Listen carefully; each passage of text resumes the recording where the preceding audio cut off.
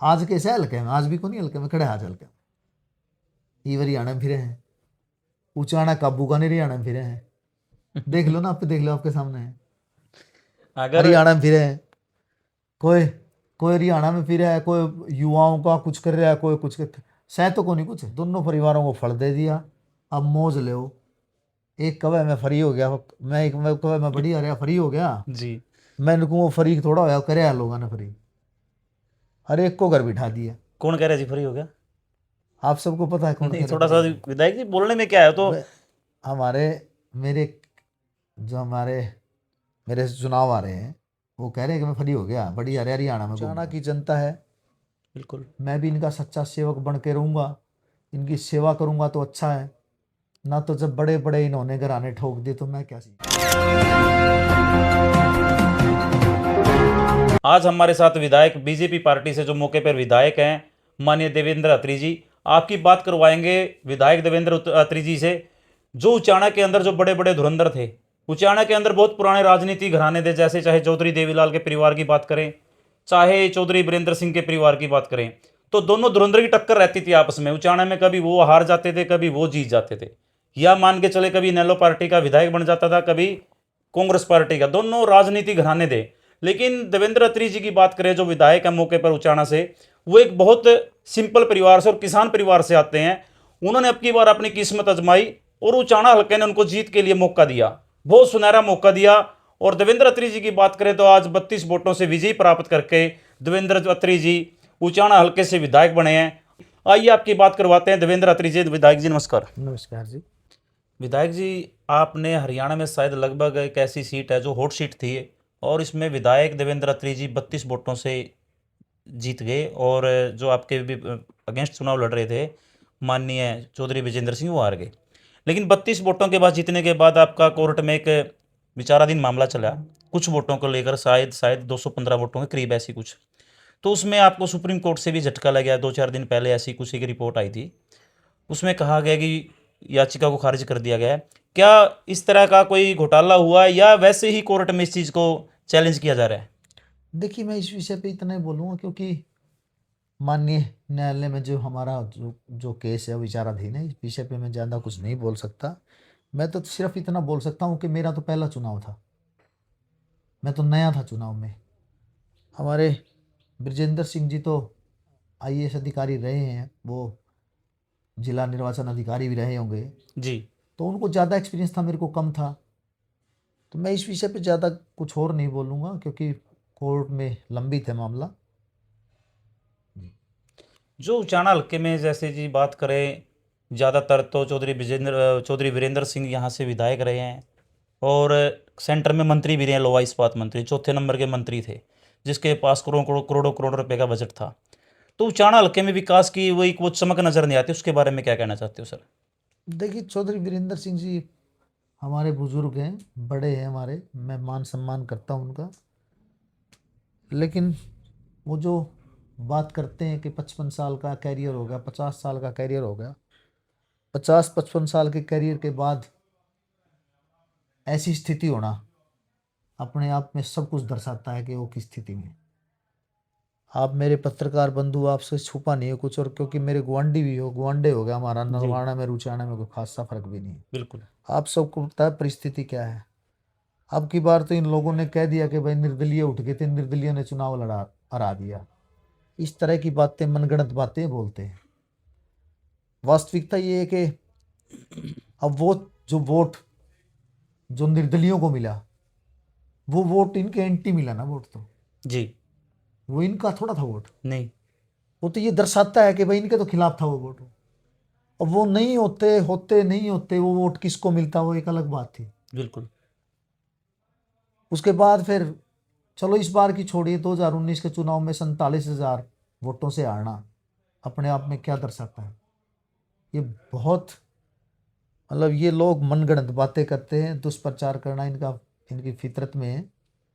इन्होंने जैसे काम किए उसका फल मिल गया, और अब लगातार लोग इनको फल देने के बिल्कुल मूड में हैं।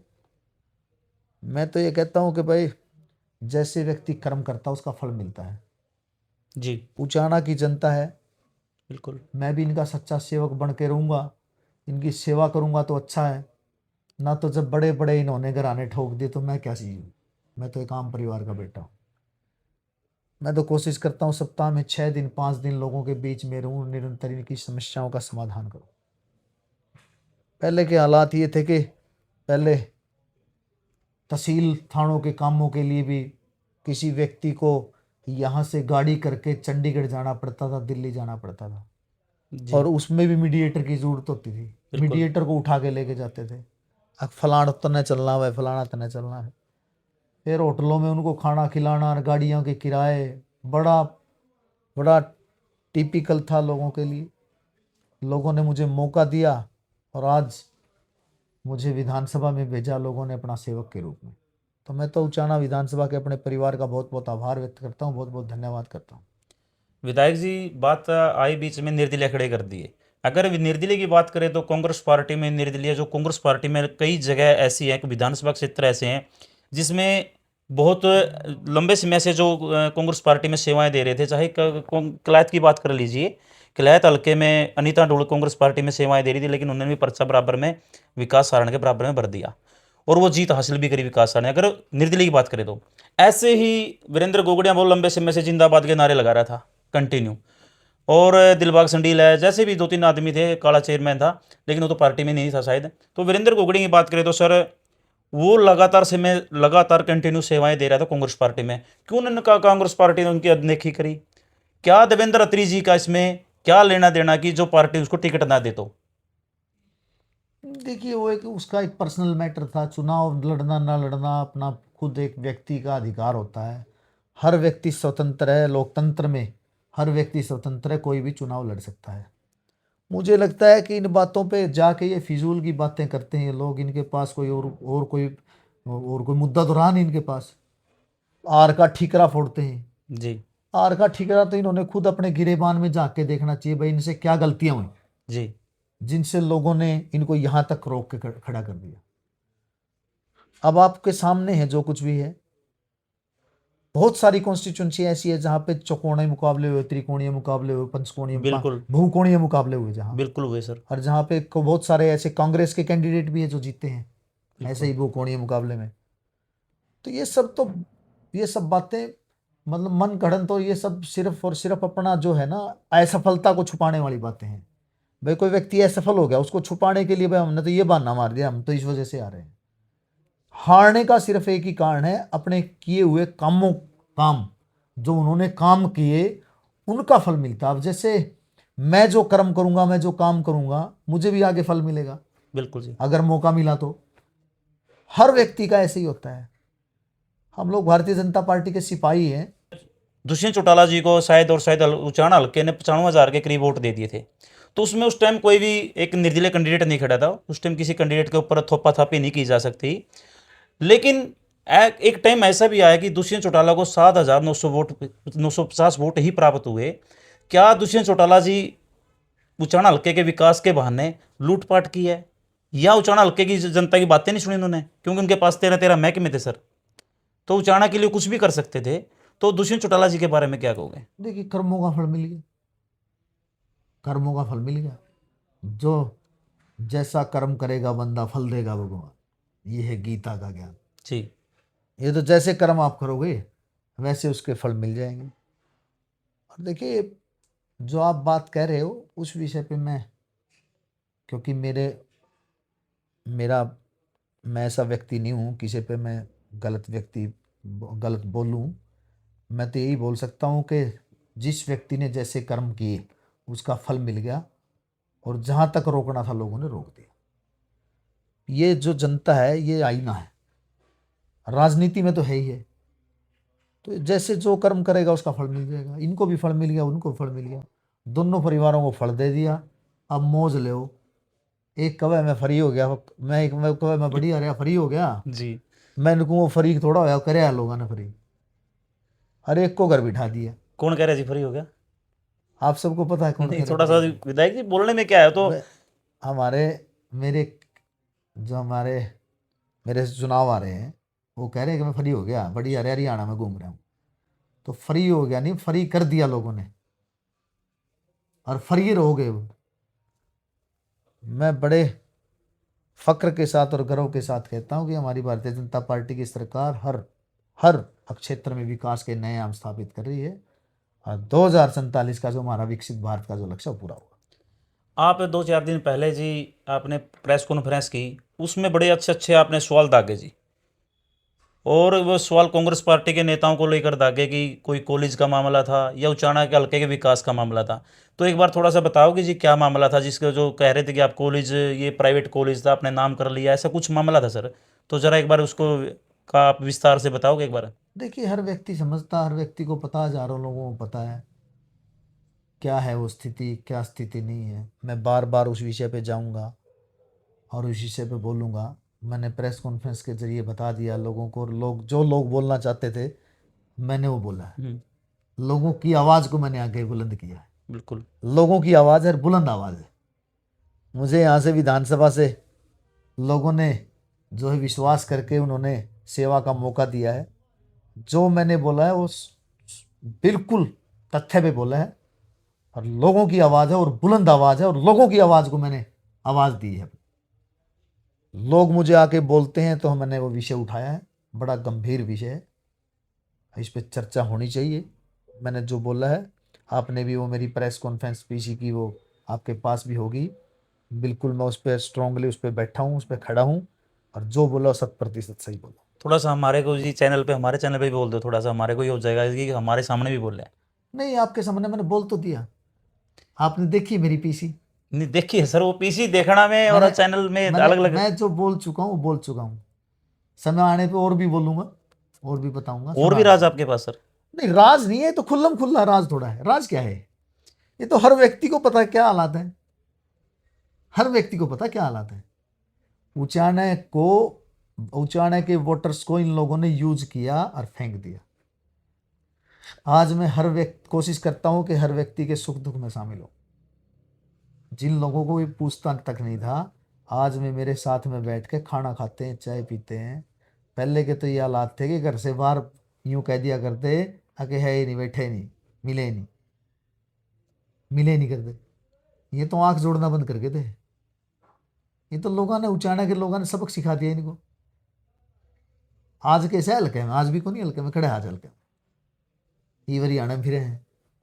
उचाना काबू का नहीं, हरियाणा में फिरे हैं। देख लो ना, आप देख लो, आपके सामने है। अगर हरियाणा में फिरे हैं, कोई कोई हरियाणा में फिर है, कोई युवाओं का कुछ कर रहा है, कोई कुछ कर, शायद तो को नहीं कुछ है। भारतीय जनता पार्टी ने हर व्यक्ति को समझने लगा। इस सरकार में, भारतीय जनता पार्टी के सरकार में हर व्यक्ति अपने अधिकार को समझने लगा, उसके अपने अधिकारों का पता लग गया है। अब इन लोगों की जो बातें थी, झूठे थे, फरेब थे, इनकी झूठी बातों में, फरेबों में लोग नहीं आएंगे। विधायक जी, आपके हल्के का गांव पड़ता है ढुआना खेड़ा, और ढुआना खेड़ा गांव में एक इंसिडेंट हुआ था कि मकान भी गिर गया था, और वहां पर गिरकर, मकान गिर कर नीचे दबकर एक जंगीर नाम के युवक की मौत भी होगी, जो मकान मालिक था। और हमारी आपसे वहां पर बात भी हुई थी, और आपने एक आश्वासन भी दिया था कि मैं इस परिवार की बहुत मदद करूंगा। क्या विधायक जी आपने उनकी मदद की? जी बिल्कुल, मैंने कल ही उनकी अपनी निजी कोष से मदद की है। मैंने आपको प्रॉमिस किया था, ऑन कैमरा प्रॉमिस किया था, और मैंने कल उनसे, उस परिवार से मिला भी हूँ मैं। मैंने अपने निजी कोष से उनकी मदद की है और मैंने उनको आश्वासन भी दिया कि सरकार से भी जो मदद होगी मैं 100% पूरी कराऊंगा। और मैं आपके चैनल के माध्यम से ये बताना चाहता हूँ कि मैं उनकी मदद नहीं, मैं सुबह उठता हूँ तो मेरी ये दिनचर्या है। पहले भी मेरी दिनचर्या थी, चुनाव से पहले भी मेरी यही दिनचर्या थी, जब तक मुझे प्रत्याशी नहीं बनाया गया था। मेरे पिताजी भी बहुत लोगों की सेवाएं करते थे। हमारे गांव गुआंढ में, आप आसपास में पूछ सकते हो मेरे फादर के बारे में। जी। मेरे पिताजी बहुत सेवाएं करते थे। मैं निरंतर लोगों की सेवाएं करता हूँ। 50-100 लोगों की मदद नहीं कर देता जब तक मैंने रात में नींद भी नहीं आती, सच बताऊँ आपको। मेरे को लगता है खालीपन सा महसूस होता है कि आज कुछ रह गया। पहले के जो लीडर्स थे वो इकट्ठा करते थे लोगों को, भाई 11 बजे से पहले घर में से अंदर से बाहर ऑफिस में नहीं जाना। जब तक 100-200 आदमी, 50-100 आदमी इकट्ठे, 100-200 तो होया ही नहीं करते, उन दोनों 20-30 आदमी होया करते। जी। उन 20-30 में भी मैं, ऐसे हालात थे कि 20-30 ने भी कहा करते इकट्ठे कर लो फिर आऊँगा बाहर। मैंने पता है, हम्म। हमारे को फिजिकल देखा मैंने। अच्छा। ऐसे हालात थे कि कौन से नेता जी वो? जो हमारे लीडर है, उचाना हल्के के? उचाना हल्के के जो लीडर है, हम्म, हमारे कौन है लीडर? हमारे दो ही परिवार और कौन लीडर है? लीडर तो इन्हें बनने नहीं दिया कोई, इन्हें दबा के रखा सबको।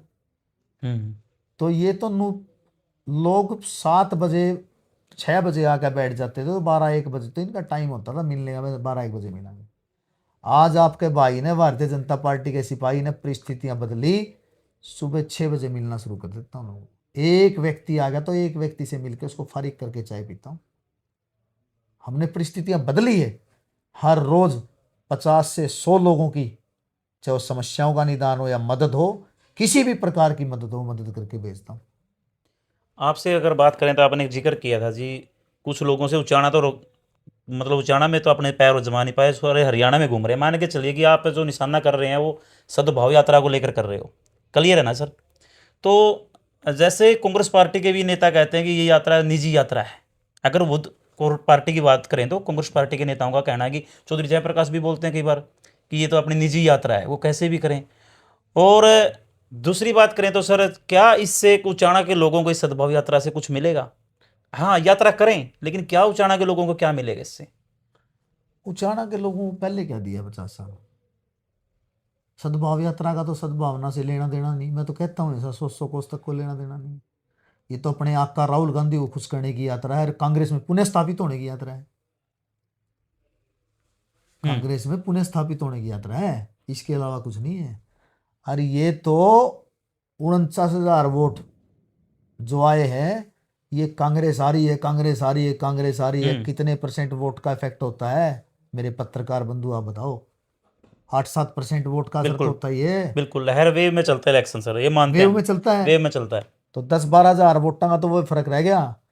हमारी जो जीत का अंतर हमने बिल्कुल ठीक लगाया था कि हम लोग सोच रहे थे कि हम 10-12 हजार वोटों की जीत पे है, लेकिन क्योंकि वेव थी कांग्रेस की वेव में 8-10 हजार वोटों का हमें नुकसान हुआ, क्योंकि हर जगह ही थी वो। बिल्कुल सर। हर जगह ये हालात थी, कांग्रेस आ गई, कांग्रेस, कांग्रेस आ गई कांग्रेस।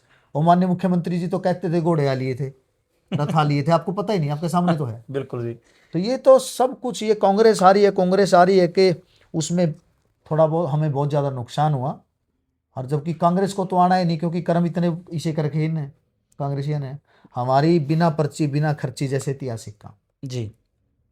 जो हमने, हमारे यशस्वी पूर्व के मुख्यमंत्री श्री मनोहर लाल जी ने जो बिना पर्ची बिना खर्ची जैसे काम करके दिखाया, ऐतिहासिक काम, उससे सब कुछ साफ हो गया। विधायक जी, आपसे एक सवाल कर रहा हूँ मैं बीच में थोड़ा सा।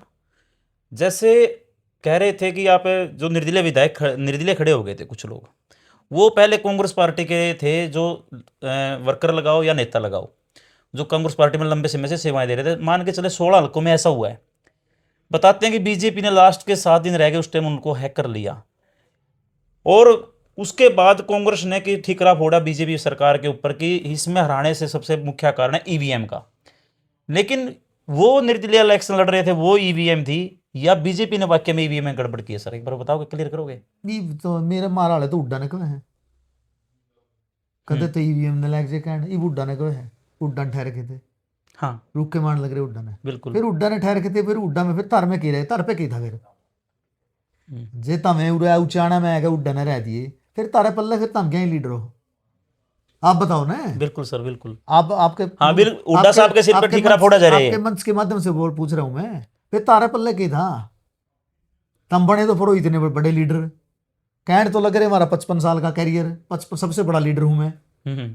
और कब गिल्ले नू को उड्डा रह गया, हमने रह गए, निर्दलीय ठह गए, फिर तारे पल्ले की था, फिर तो तारे पल्ले की था ही नहीं, इसका मतलब। बिल्कुल।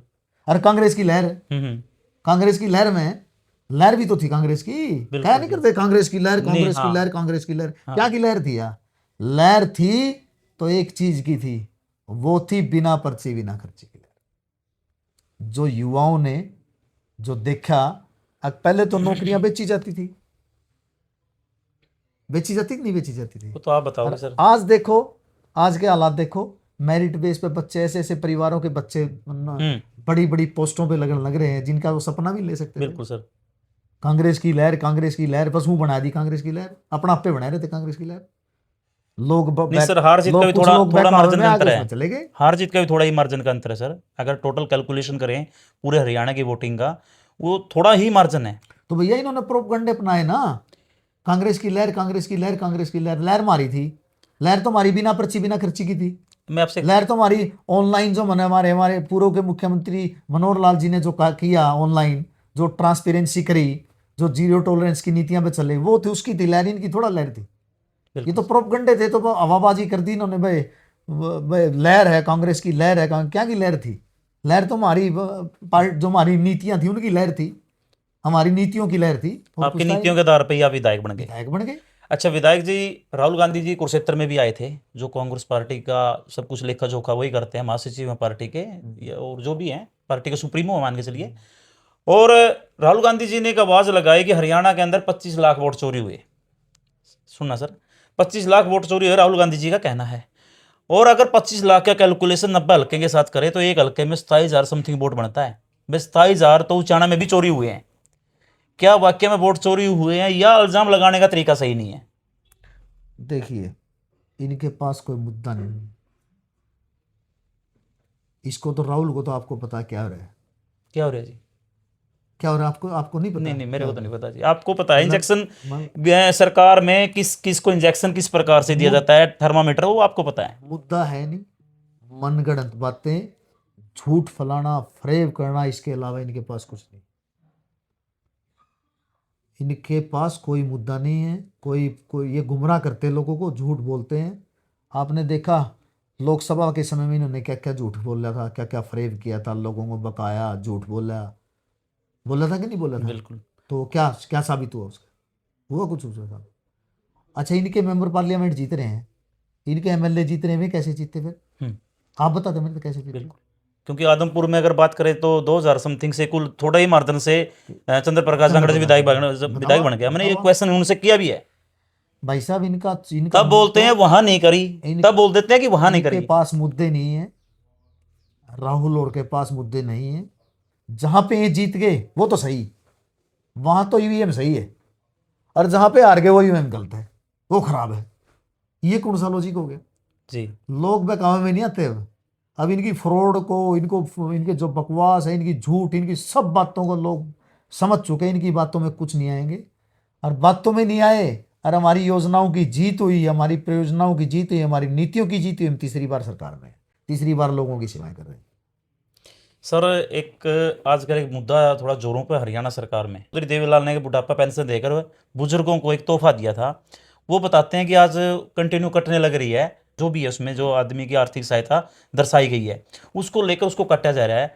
क्या वाकया में बुढ़ापा पेंशन कटती नजर आ रही है जी? आपका आपका भी हल्का है उचाना, ये आप भी देखिए, उचाना हल्के से विधायक हो। मैं आपको एक बताना चाह रहा हूँ कि जो कांग्रेस है या जो विपक्ष है, इनके पास मुद्दे अब रहे हैं। ये मुद्दा विहीन हो चुके हैं, इनके पास कुछ नहीं है। इनकी इन्होंने जो बातें हैं, जो मनगढ़ंत बातें उठा के लेके आते हैं, फिर भी अगर कोई इस तरह की बात है, तो कोई होती भी है तो हम लोग संबंधित अधिकारी से बात भी कर लेते हैं। जैसे मेरे पास भी आते हैं एक दो केस, जैसे हम कल संडील थे, एक आध व्यक्ति ने बोला है कि जी वो उस विषय पर हम आगे जाते हैं, संबंधित ऑफिस में पहुंचते हैं, ऑफिस में जाके हमारे जो लोग हैं जो काम करते हैं, और वो तुरंत वो उस पर त्वरित कार्रवाई भी होती है। विपक्ष के पास मुद्दा नहीं है, मुद्दा विहीन हो चुकी है। मैं तो यही कहूँगा कि इन नई सुध बुद्धि देवे कोई, बस यही कह सकता हूँ। उचाना हल्के में जो है मुख्यमंत्री जी शायद आ रहे हैं, और कितने अच्छे अच्छे कार्य जो उचाना में आपने करवा दिए, विकास कार्य, और जो आगे आगामी जो सर जो पाइपलाइन में है, सर एक बार थोड़ा सा ब्रीफ करोगे जी, वो क्या क्या हो पाएगा जी? देखिए, क्योंकि आपकी सरकार है सर, और लगातार देखिए आपकी सरकार है। देखिए, निरंतर मेरा एक उद्देश्य है कि हमारा जो उचाना हो, विकसित उचाना हो। उस संदर्भ में भी हमारा जो कार्यक्रम है, विकास रैली है जो हमारी, अभी आज आज शाम तक उसका कार्यक्रम आएगा। मैं मेरे भाई को इनवाइट करूंगा और बैठेंगे उस विषय पे। कल हमने सभी अधिकारियों को बुला लिया है, सभी हमारे जो व्यापारी भाई हैं, किसान भाई हैं, उनसे अलग अलग राय शुमारी करेंगे, बैठेंगे, उनसे भी ओपिनियन लिए जाएंगे, हम आगे कैसे बढ़ें, किस तरह की किस जगह पे क्या ज़रूरत है, उस पर आगे बढ़ेंगे। मैं खुद ऐसे फैसले नहीं लूँगा। मैं संबंधित जो भी लोग हैं, जैसे कुछ व्यापारी भाइयों से भी सलाह मशवरा करेंगे, कुछ किसान भाइयों से भी करेंगे, युवा हैं जो खेलते हैं, कुछ जो बच्चे हैं पढ़ते हैं, उनसे भी अपना वो क्या चाहते हैं हर फील्ड में मैं हर फील्ड में 10-10, 20-20, 50-50, 100-100 लोगों की हम लोग इकट्ठा करके उनसे ओपिनियन लेंगे और फिर हम आगे बढ़ेंगे।